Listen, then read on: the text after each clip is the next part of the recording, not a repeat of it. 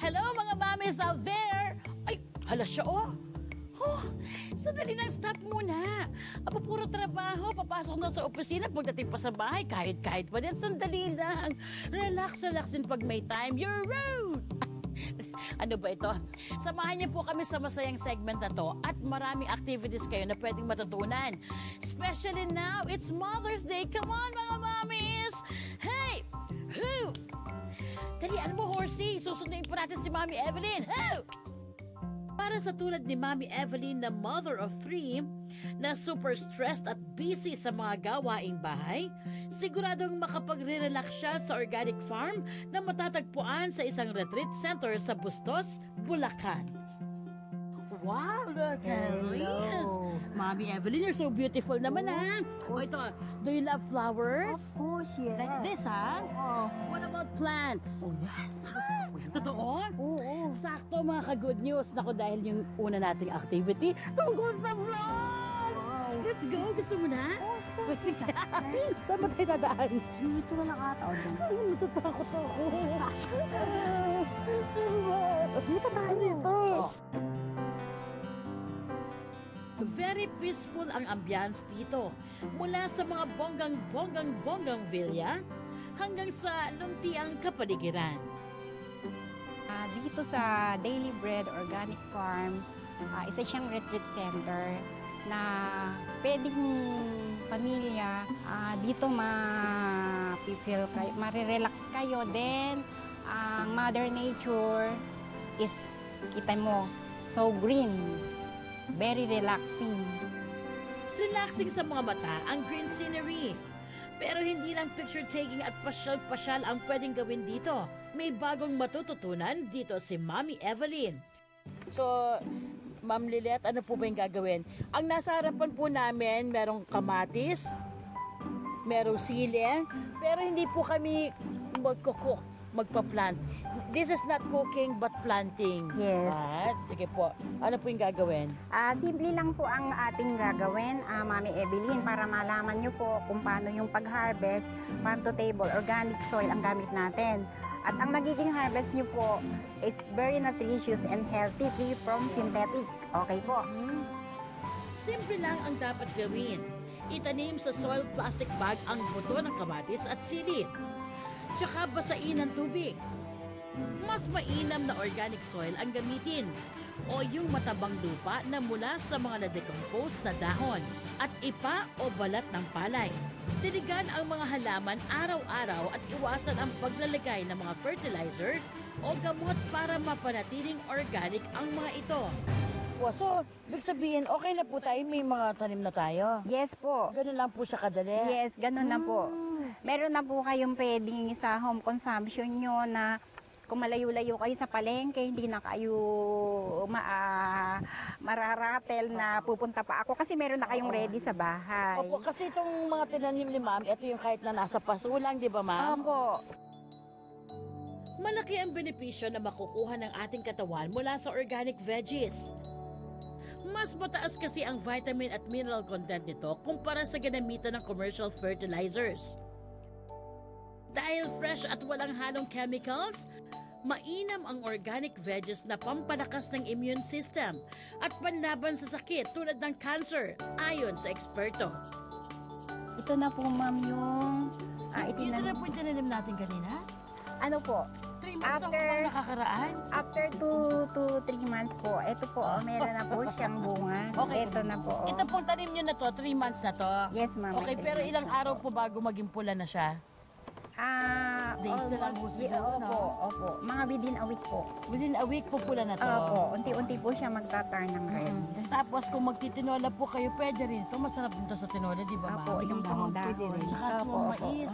Nakakagutom Yes, naman. Bukod sa kamatis at sili, pwede ring umariba sa inyong garden ang mga gulay na pinakbet gaya ng talong at okra. Kayo po ba, Mami Evelyn, sa bahay, nakakapagtanim kayo? Kapag tanim ako, pero itong sili at saka yung kamatis, hindi ko pa naranasan. Nice naman, Ma'am Lilet. Kaya, may alam na ako ngayon. Tama. Kahit po ako, gusto ko magtanim ng mga ganyan. Tapos ibibenta ko. Okay, yehey! Nice treat for our mommy! Kung Magtanim ay di biro. Hindi rin biro ang maggutom. Oras na para sa kakaibang merienda. Dito sa farm na to, meron din po sila mga special na bread. What are these, Mami? Ito po yung mga bread na na ginawa mula sa kamote, sugar beets, malunggay, at iba't ibang panggulay. Oo po, hindi lang yan ang kamote meron pa po silang kamote juice. Yes. Yun po yung tawag. Oo. Guys, ito Pink lemonade ang Pink tawag lemonade. namin. Oo, with calamansi. Oo. Pwede ba tikman ko lang po ng isa po, ha? Napaka-refreshing yan. Ay, hindi po nasa kamote. Hindi mo malalasahan. Pero yung konting-konti lang, mas nasa po yung kalamansi. Oh, let's eat, Mami Evelyn. Oo. Mami. Yan. Si Mami, oh. Ano yan? Mami, sige. Ano bang gusto mo dyan? Anong paborito mong tinapay? Tikman mo. Kasi kahit walang palaman, masarap yan.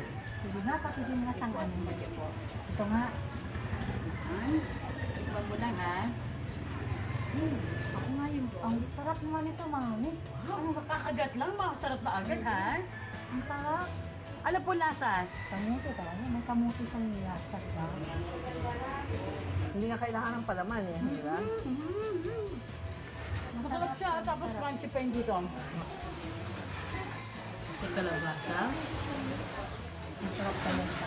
Talaga yung 150 pesos ang entrance sa farm na ito. 250 pesos naman ang bayad per head kapag magpapaturo ng organic farming. Pagkatapos ng healthy bonding, pupunta naman tayo sa isang cafe sa Maginhawa Street, Quezon City na may fun activities for mommies. Dito naman sa cafe na ito, ilalabas natin ang pagka-artsy-fartsy ni Mommy. It's for you, Mommy. Happy Mother's Day! Pagpasok pa lang, bubungad na ang samot-saring handmade products. Nabuo yung idea kasi we want to house small brands, yung mga starting lang, local artists na hindi makapag-benta ng products nila sa mga shopping malls. So yun, the idea is to house these products and artists into one shop na mag-offer ng mga quality, handmade or designed na items, which are all locally made. Pero hindi magsa-shopping si Mommy Evelyn, ha? Ang gagawin niya, ang challenging na calligraphy. Ready ka na ba, Mommy? Ang calligraphy po is decorative handwriting or handwritten lettering. So, wag po kayo ma-stress na kopyahin yung mga strokes or shapes ng letters. So, Sa calligraphy, kailangan lang mamaster ang upward and downward strokes. Marahan lang ang paghawak sa brush pen kapag pataas ang stroke. Dapat namang lagyan ng kaunting pressure ang pababang stroke para ma-achieve ang makapal na linya. Mukhang enjoy si Mami sa calligraphy, ha? Tingnan nga natin kung natuto siya talaga. Aba, kabog! Ang hirap gawin siya pero enjoy.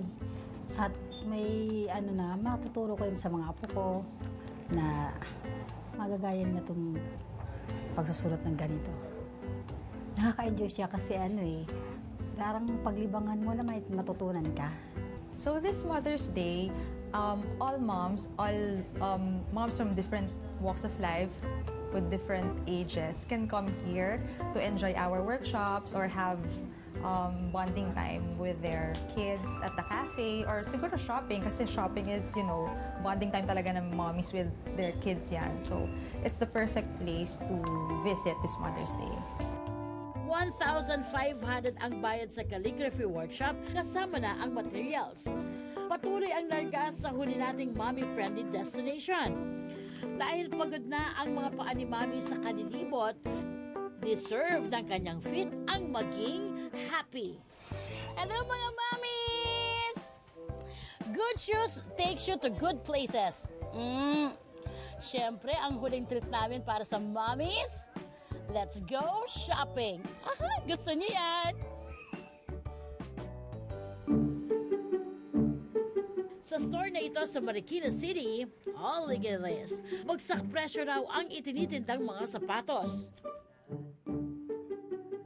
Gusto niyo po ba to? Perfect po yan para sa inyo ngayong Mother's Day.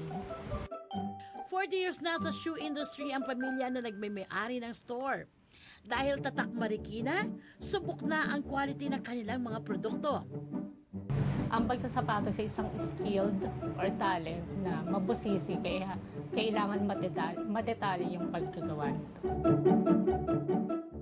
Tinabas ang latihan o yung goma na magsisilbing guide ng sapatos sa isang padlock cutter. Ihinulma ang latihan sa estrador at saka ipinako gamit ang shoe tacks. Pinahiran ng pandikit ang latihan, pati na rin ang entrada o yung mismong katawan ng sapatos. Pagkatuyo ng pandikit, ipinalansya na ang entrada sa latihan. Para mas tumikit, pinukpok ito gamit ang shoe hammer tsaka tinanggal ang shoe tacks. Huling inilagay ang swelas. Tinanggal sa estrador at nilinis gamit ang kerosene. O di ba? Pagkatapos ng mabusising paggawa, heto na ang bunga ng pagsisikap.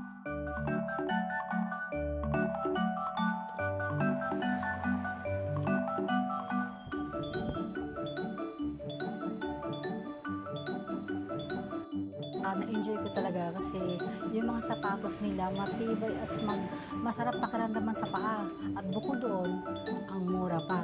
Kaya yung mga mames, kailangan lang mura ng mga sapatos dito sila sa Marikina. Siguradong mapapa-aura to the highest level si Mami kapag ganito kabongga ang kanyang shoes. 500 pesos ang doll shoes ni Mami. Mas mura kumpara sa 700 pesos pataas na presyo nito sa mall. Kung 6 na pares ang bibilhin, 350 pesos ang wholesale price ng kada pares. Sabi nga nila, mother knows best. Pero ngayong araw nila, hindi masamang dagdagan pa ang kanilang kaalaman habang nag-e-enjoy pa. Sa lahat ng mga nanay, Happy Mother's Day!